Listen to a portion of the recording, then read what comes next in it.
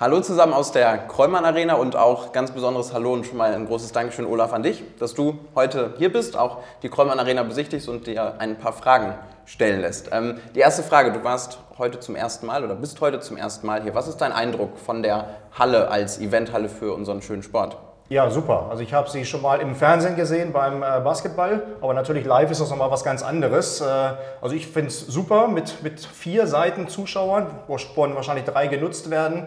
Und ja, also wenn hier die Halle voll ist, dann glaube ich, brennt hier wirklich die Hütte und dann wird es eine tolle Atmosphäre werden. Also ich bin sehr positiv gestimmt. Okay. Das sind wir natürlich auch und hoffen auch natürlich, dass ganz, ganz viele Faustballerinnen und Faustballer dann in Hagen vor Ort sein werden.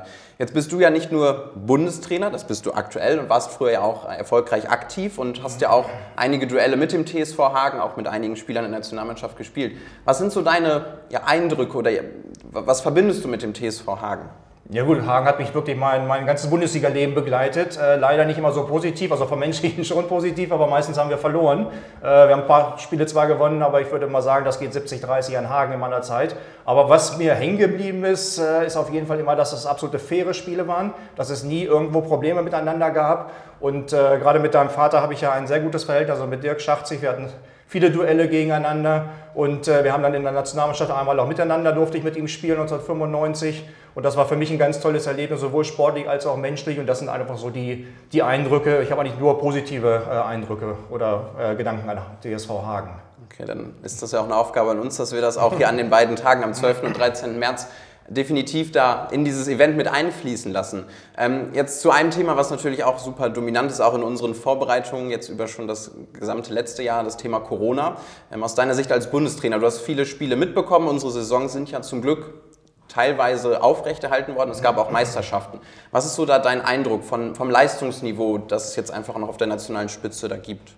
Gut, das war natürlich für alle Beteiligten ganz schwierig. Gerade als letztes Jahr das Thema anfing, wir mussten Lehrgänge absagen, die Spieltage standen auf der Kippe und das war natürlich immer unheimlich schwierig, das alles zu handeln. Man konnte wenig planen, wenig vorausschauen und dafür muss ich sagen, im letzten Jahr hat man schon gemerkt, so dieser erste Lockdown 2020, dass es da Probleme gab und dass Leute nicht fit waren, aber das war auch selbstverständlich irgendwo, das haben wir auch nicht auf die Goldwaage gelegt, es gab ja auch kein Event letztes Jahr.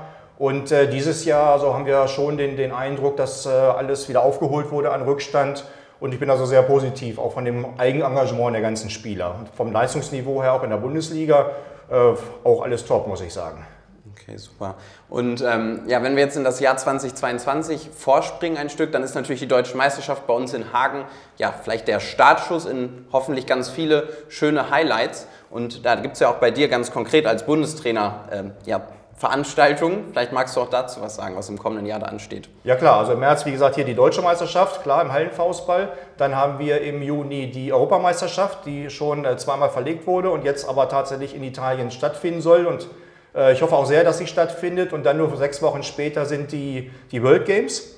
Die World Games in den USA, wo ja auch 2 Spieler vom TSV Hagen sind, zum Beispiel Ole Schachzig und Philipp Hofmann, die sich qualifiziert haben.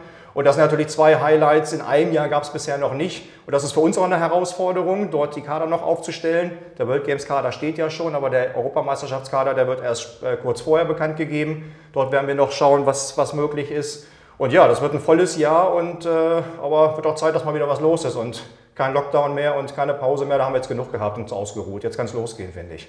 Okay, super, Olaf. Dann auch jetzt am Ende des Interviews nochmal vielen, vielen Dank für deine Zeit.